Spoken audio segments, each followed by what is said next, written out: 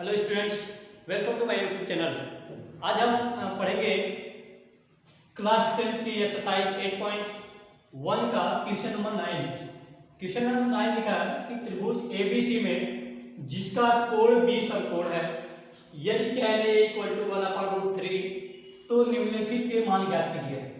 यानी इन दोनों के हमें मान निकालने हैं। फर्स्ट ऑप्शन है कि sin A cos C plus cos A sin C का मान ज्ञात कीजिए। तो अब यहाँ देखें तो हमारे पास पहले से दिया हुआ है कि एक त्रिभुज है ABC, वो भी समकोण त्रिभुज। हम जानते हैं त्रिकोणमिति में समकोण त्रिभुज के बारे में ही पढ़ते हैं। तो इसमें क्वेश्चन में लिखा है कि जो B है हमारा वो समकोण है, यानी A हो गया हमारा B और ये है समकोण। अब हम जानते हैं समकोण जो होता है, समकोण को छोड़ के तीन भुजा माननी है। हम इसको मान लेते हैं A और इसको मान लेते हैं C।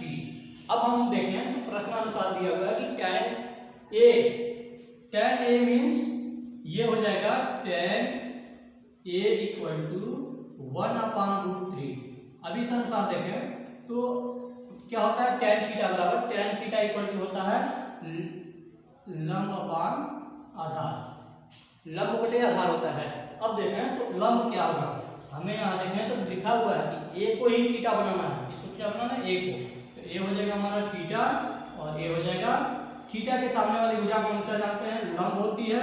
तो ये हो गया हमारा लंब, लंब का मान है 1 और आधार का मान है √3। अब इस अनुसार देखें तो हमारे पास समकोण के सामने वाला कर्ण होता है, ये हो गया कर्ण, यानी कर्ण दिया नहीं है। सबसे पहले हम क्या करेंगे, कर्ण ज्ञात करेंगे। अब कर्ण को ज्ञात करने के लिए हम पाइथागोरस प्रमेय लगेंगे और पाइथागोरस प्रमेय क्या होता है, पाइथागोरस प्रमेय यूज करेंगे। और पाइथागोरस प्रमेय होता है कर्ण का वर्ग = लंब का वर्ग प्लस आधार के वर्ग। अब यहां देखें तो लंब कर्ण हमारा क्या है, कर्ण हमारा AC, यानी AC का वर्ग = लंब हमारा 1 का स्क्वायर प्लस आधार या √3, तो √3 का स्क्वायर, इन दोनों का स्क्वायर करके प्लस कर देना है। अब यहाँ देखें तो AC का वर्ग हो जाएगा 1 × 1 और ये √3 का वर्ग योग करेंगे तो √3 × √3, यानी ये क्या होगा, कड़ी हट जाती है, ये हो जाएगा 3, यानी इसका मान हो गया 3। अब इस अनुसार देखें तो 3 और 1 हो जाएगा 4। ये स्क्वायर AC का स्क्वायर हो गया 4, इसका वर्गमूल निकालेंगे तो 4 का वर्गमूल होता है 2, यानी हमारा कर्ण आ गया 2। अब इस अनुसार देखें तो कर्ण का मान लिख लेंगे हम 2। ठीक है, अब हमें तीनों भुजाओं का मान मिल गया और तीनों कोण हमें पता है, यानी A को थीटा बनाना है, फिर C को थीटा बनाना है। इस अनुसार देखें तो अब लिखा है अब कि sin A cos C plus cos A sin C। इस अनुसार देखें तो यहाँ इसमें जो है A को थीटा बनाना है, A को मुखिया बनाना है, बट इसमें किसको मुखिया बनाना है, C को।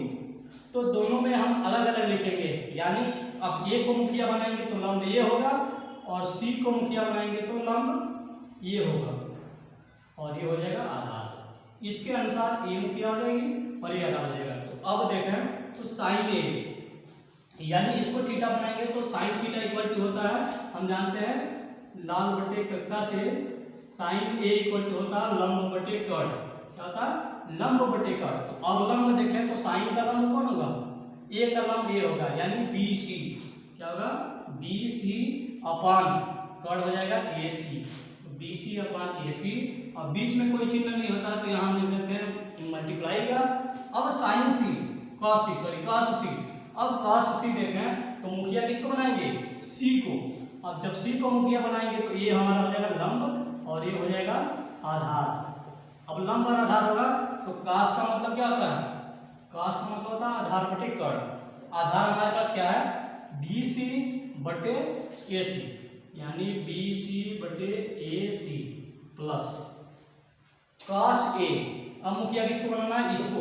जब इसको मुखिया बनाएंगे तो आधार हमारा A हो जाएगा, क्योंकि cos का मान आधार बटे कर्ण होता है, ये हो जाएगा AB बटे कर्ण का मान है AC और इसमें बीच में कोई चिन्ह नहीं है तो यहाँ भी मल्टीप्लाई लिख लेंगे। और साइन सी, साइन सी का मतलब क्या होगा, थीटा सी को बनाना है। थीटा सी को बनाएंगे तो ये हो जाएगा लंब और ये हो जाएगा आधार, ये हो जाएगा कर्ण, तो लंब अपान कर्ण हो जाएगा। साइन का मतलब होता है लंब बटे कर्ण, ये हो जाएगा ए बी बटे ए सी। अब यहाँ सभी के मान भर देने हैं, यहाँ भर है तो बी सी का मान क्या होगा, बी सी का मान दिया हुआ है 1 और ए सी का मान मालूम है हमें 2, ये हो जाएगा 1/2 गुणे बी देखें बी सी, बी सी वही है अब बटे 2 प्लस।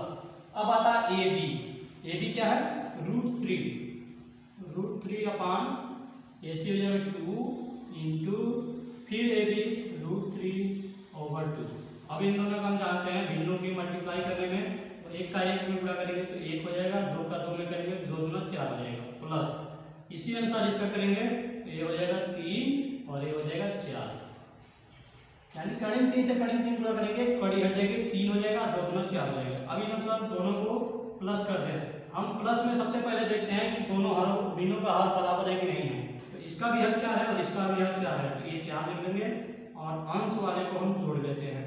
तो अगर जोड़ें तो ये हो जाएगा 3 और 1 4/4 और कटेगा तो ये हो जाएगा 1, यानी ये हमारा पहला आंसर आ गया कि sign A cos A sign सी का जो मान होगा वो हो जाएगा हमारा 1।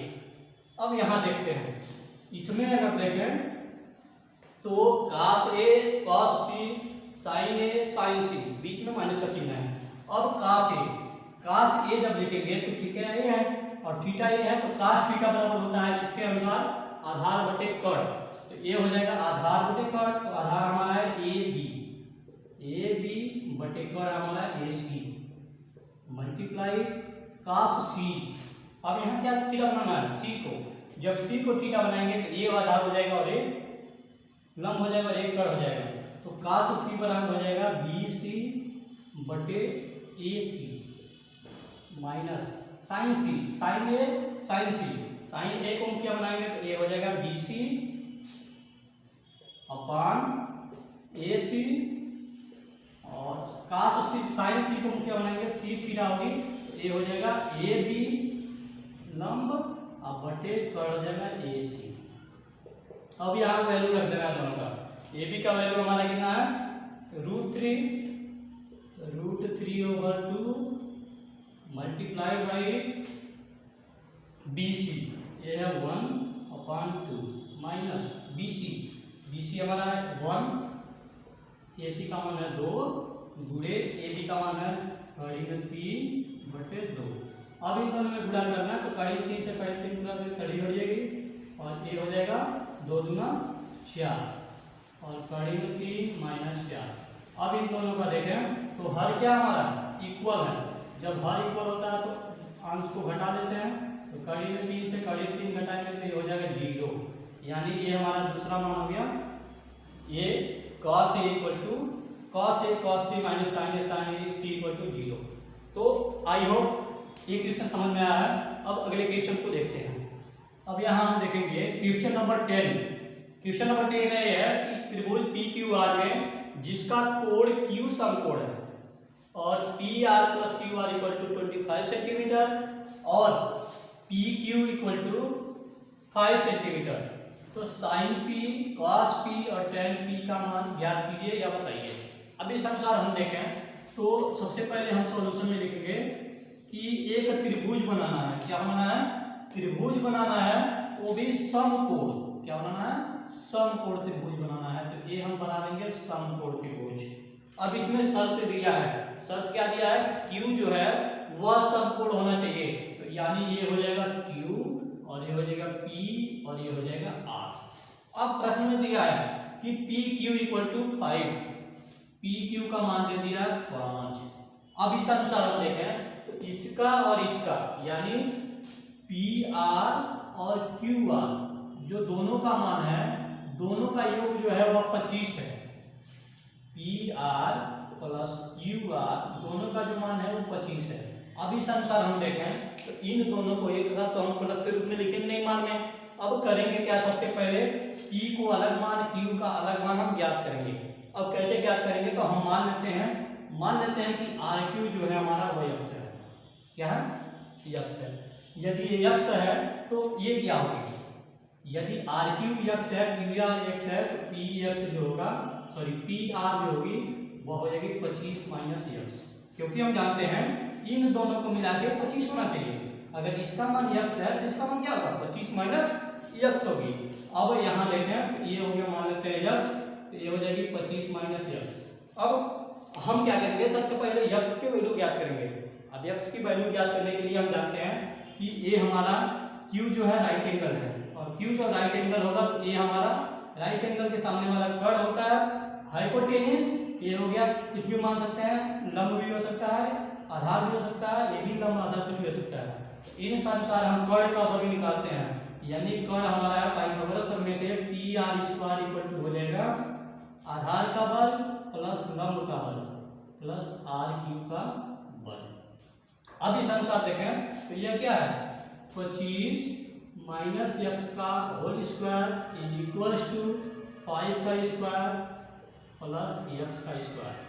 अब ये जो है हमारा फार्मूला है x 25 minus x a minus b का, ए माइनस बी का होल स्क्वायर जानते हैं होता है कि a square plus b square plus sorry minus 2ab is equal to 5 का स्क्वायर करेंगे 25 यक्स स्क्वायर हो जाएगा। अब देखें ये हो जाएगा 25 25 में 625 plus x square minus 50 x, इन दोनों को भी इधर पक्षांतर कर देंगे। जब इधर पक्षांतर कर देंगे तो माइनस 25 और minus x square equal to 0। ये हो गया हमारे वैल्यू। अब देखें तो इसको हल करना है। अब हम जानते हैं कि ऐसे चर राशि है तो यहाँ भी यक्स स्क्वायर है और यहाँ भी यक्स स्क्वायर है। अगर इस अनुसार देखें तो यक्स स्क्वायर से यक्स स्क्वायर क्या हो जाएगा? कैंसिल हो जाएगा, यानी हम यहाँ काट देते हैं। प्लस एक्स स्क्वायर से माइनस एक्स स्क्वायर कट गया। अब हमारे पास बचा माइनस 50 एक्स 25। देखिए 625 ए भी है 25 ए भी है, दोनों कांस्टेंट है, इसमें से भी ये क्या आ जाएगा? घट जाएगा, क्योंकि एक प्लस एक माइनस है तो ये हो जाएगा 600 minus 50 x is equal to 0। अब इस अनुसार हम देखें तो माइनस 50 एक्स को पक्षांतर कर देंगे। जब पक्षांतर करेंगे तो ये हो जाएगा 600 इज इक्वल टू 50 एक्स, तो यक्स बराबर हो जाएगा 50 को पक्षांतर करते हैं भाग के रूप में, ये हो जाएगा इस तरह से देखें तो ये हो गया 5 × 5 और 12 × 5 7, तो यानी यक्स की जो वैल्यू आ गई वह आ गई 12 सेंटीमीटर। कितना आ गया? यक्स की वैल्यू आ गई 12 सेंटीमीटर, यानी इसका मान हमारा कितना हो गया? अगर देखें तो आर क्यू इक्वल टू हो गया 12 सेंटीमीटर, और इसका जो मान है पी आर वह हो जाएगा 25 माइनस 12, यानी ये हो जाएगा 13 सेंटीमीटर। इस अनुसार देखें तो ये हो गया 12 और ये हो गया 13। अब हमें निकालना क्या है? हमें निकालना है साइन पी कॉस पी और टेन पी का मान। अब इस अनुसार देखें तो साइन पी क्या होता है? साइन पी इक्वल टू हो जाएगा कॉस पी और टेन पी। इसमें देखें तो तीनों में पी को ही थीटा बनाना है, यानी पी को ही मुखिया बनाना है। अब इसको जब हम मुखिया बनाएंगे इसके सामने वाला ये हो जाएगा लंब, ये हो जाएगा आधार और ये हो गया कर्ण। तो ये साइन कॉस टेन का मान निकालना है, और साइन कॉस टेन का मान लाभ बटे कर्ता से यदि हम लिखें तो ये हो जाएगा साइन पी बराबर लंब बटे कर्ण। अब लंब क्या हमारा? लंब हमारा है ये लंब बटे कर्ण, लंब हमारा है आर क्यू बटे कर्ण क्या हमारा पी आर, तो पी आर हो जाएगा। इस अनुसार हम देखें तो मान भरेंगे तो 12 बटे 13, ये मान हो गया साइन पी का। साइन पी का मान हो गया 12 बटे 13, तो पहला मान निकल गया। दूसरा दिया कॉस पी, कॉस बराबर होता है आधार बटे कर्ण, ये हो जाएगा आधार बटे कर्ण। आधार कौन है? पी क्यू, तो पी क्यू बटे ये है पी आर। इन दोनों से देखें तो पी क्यू का मान 5 और कर्ण का मान हो जाएगा 13, यानी cos p is equal to 5/13, ये हो गया cos p का मान। अब देखना है tan p, tan equal to होता है लंब बटे आधार, ये लिख लेंगे लंब बटे आधार। अब लंब कौन है, आर क्यू बटे आधार है हमारा पी क्यू, तो आर क्यू हो गया 12/5, यानी tan p का मान हो गया 12/5। ये हो गया हमारा तीसरा वैल्यू। तो ये रहा हमारा क्वेश्चन का आंसर। आई होप यह क्वेश्चन आपको समझ में आया है। यदि समझ में आया है तो वीडियो को लाइक करें, कमेंट करें और अपने जानने वाले स्टूडेंट्स में शेयर करें, ताकि उनको भी ये सारे क्वेश्चन समझ में आने हैं। Thank you.